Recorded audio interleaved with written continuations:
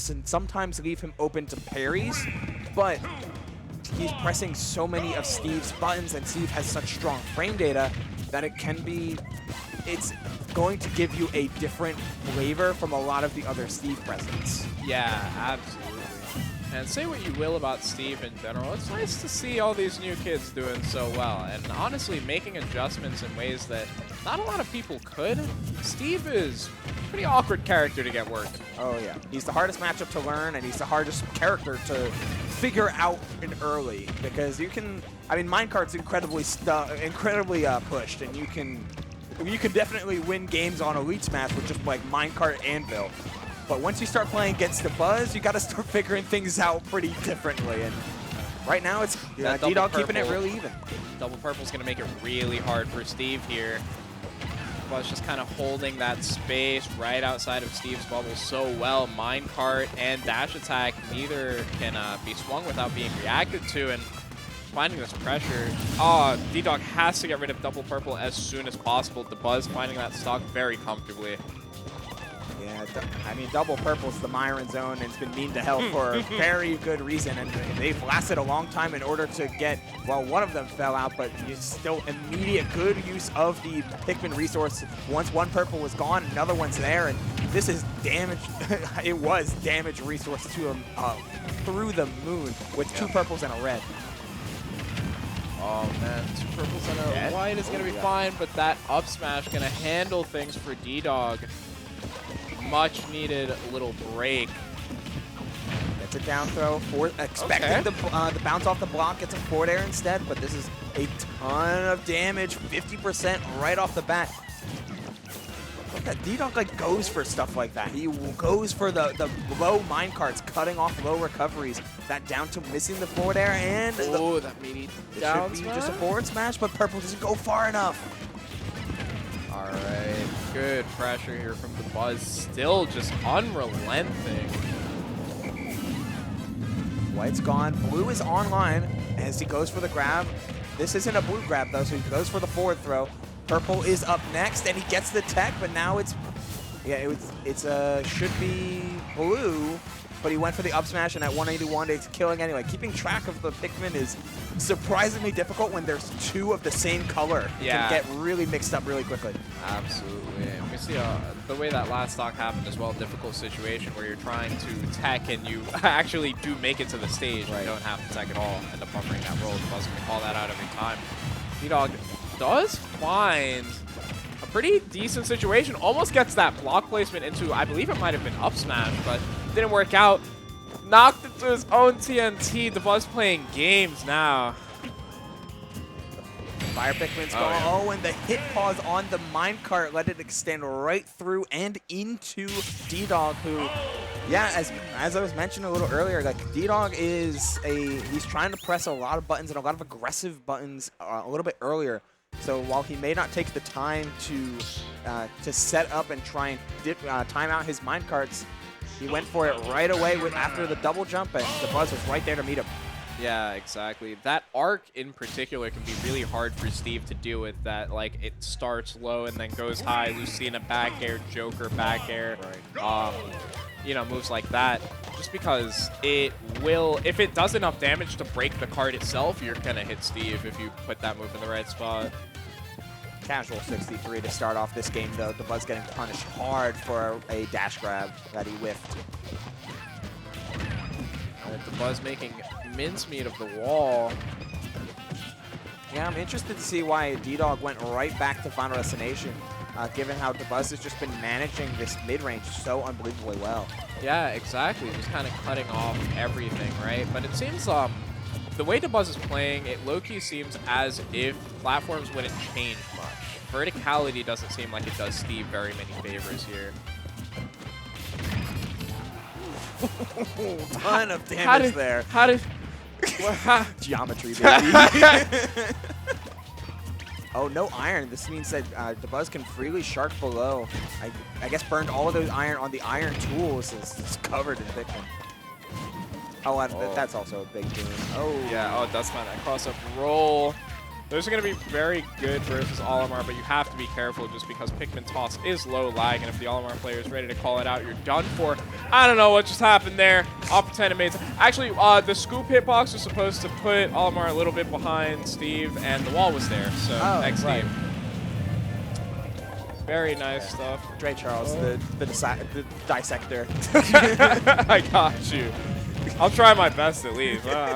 Steve is different, man. He's a tough one for sure. He's a hard matchup to learn, one of the harder characters to get your head around, and absolutely a lot of counterplay to figure out, but Dabuz has it in the minecart, delaying his match, using the whistle, but he whipped anyway, gets the pivot grab going, and I mean, Dabuz is looking just super solid here in this game too, committing to this mid to long range game plan and forcing harder and harder spots from DDog, who is out here charging forward smashes and waiting for he's waiting for Dabuz to scramble with him, but Dabuz isn't.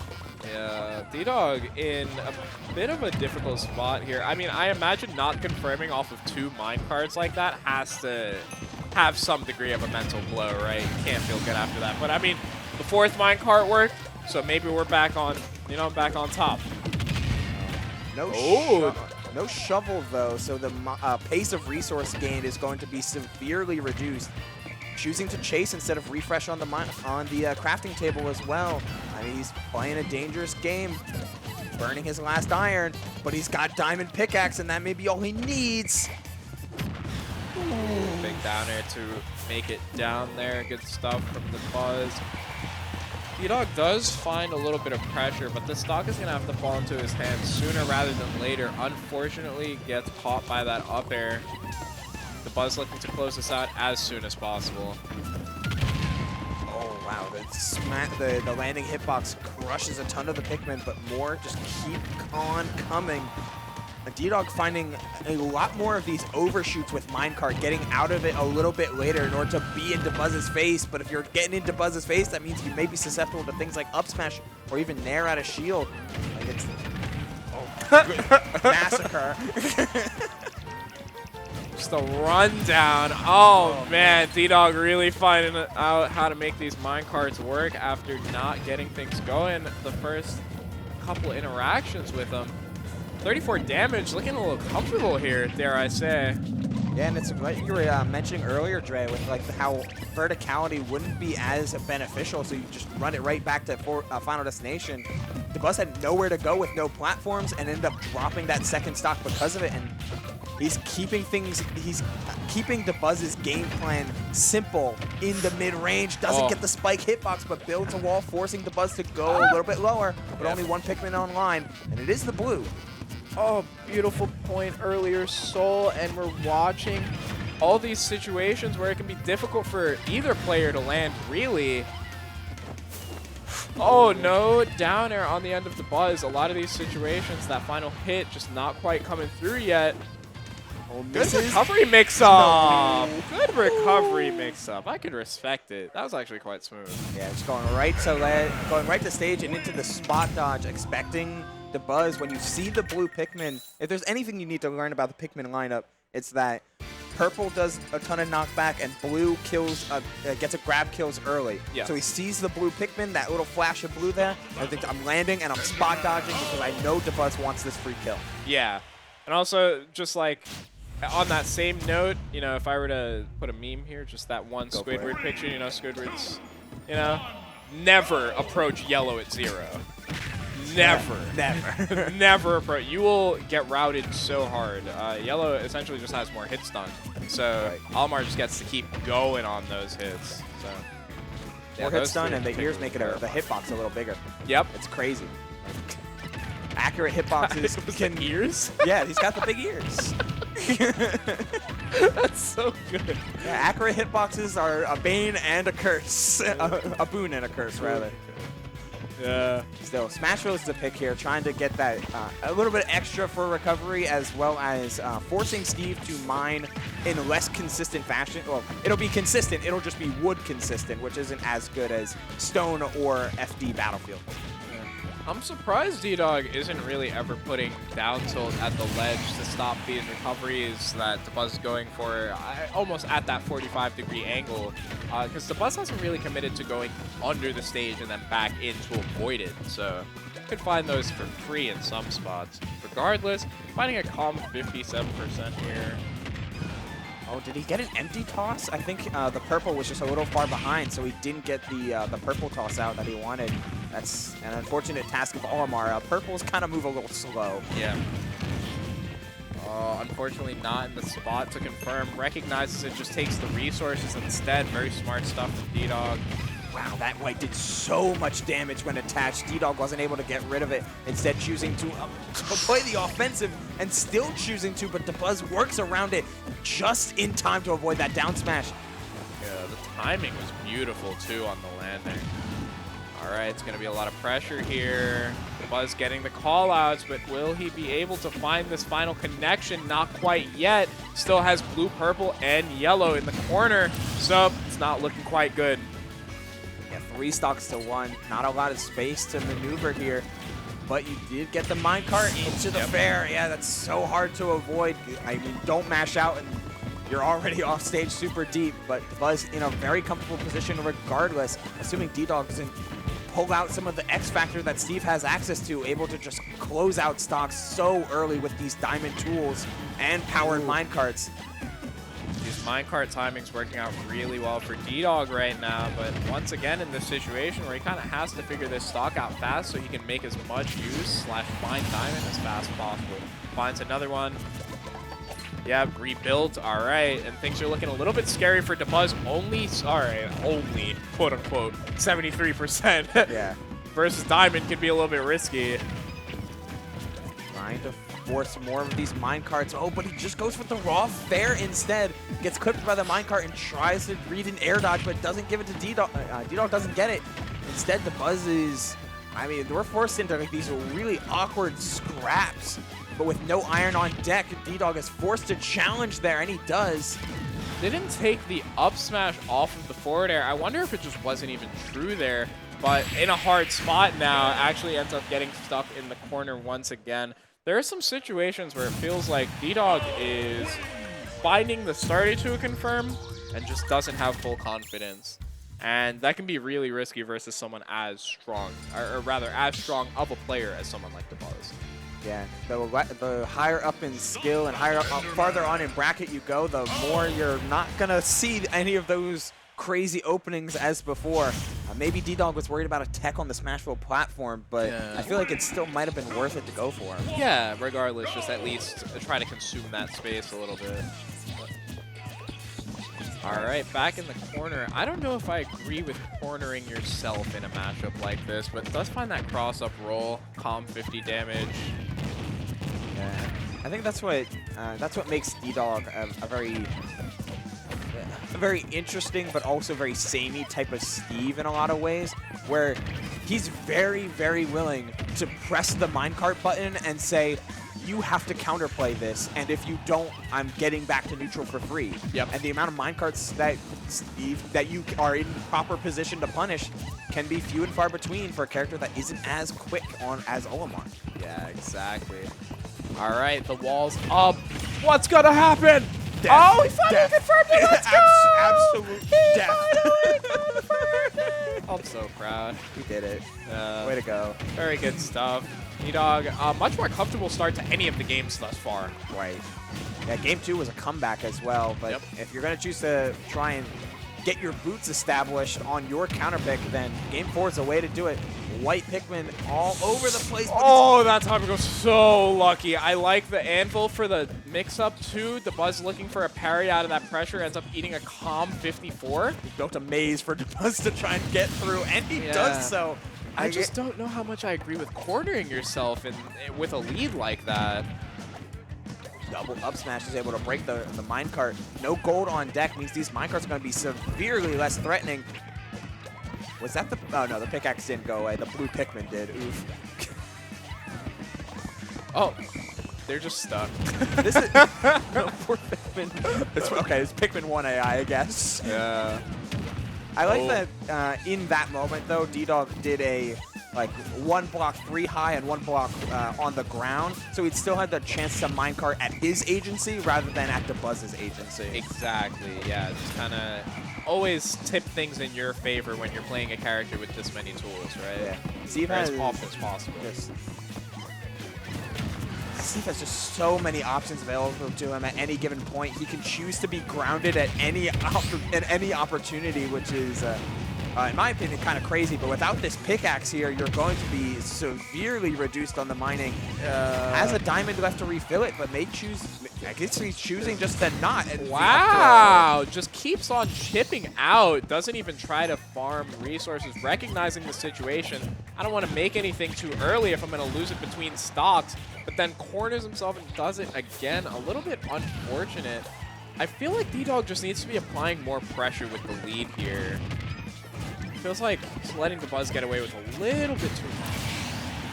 And Dabuz properly whiff punishing off the extended hit lag from hitting the Pikmin. That purple will do plenty of damage. This is 0-0, potentially winner side stock for DDog if Dabuz has anything to say about it and is just choosing to play the stage control game first and foremost. Especially since Diamond Fair does 20. Yeah. Oh, the routing getting started from DDog. Good stuff. 86. Almost finds that block, but doesn't actually NIL it. Has the 2 important Pikmin. Blue may have fallen, but the purple backer combined with the white Pikmin still attached is going to make this damage threshold get even immediately. Looking for a forward smash either way, but DDog's able to get out of there. Oh, that's going to be it. Game 5.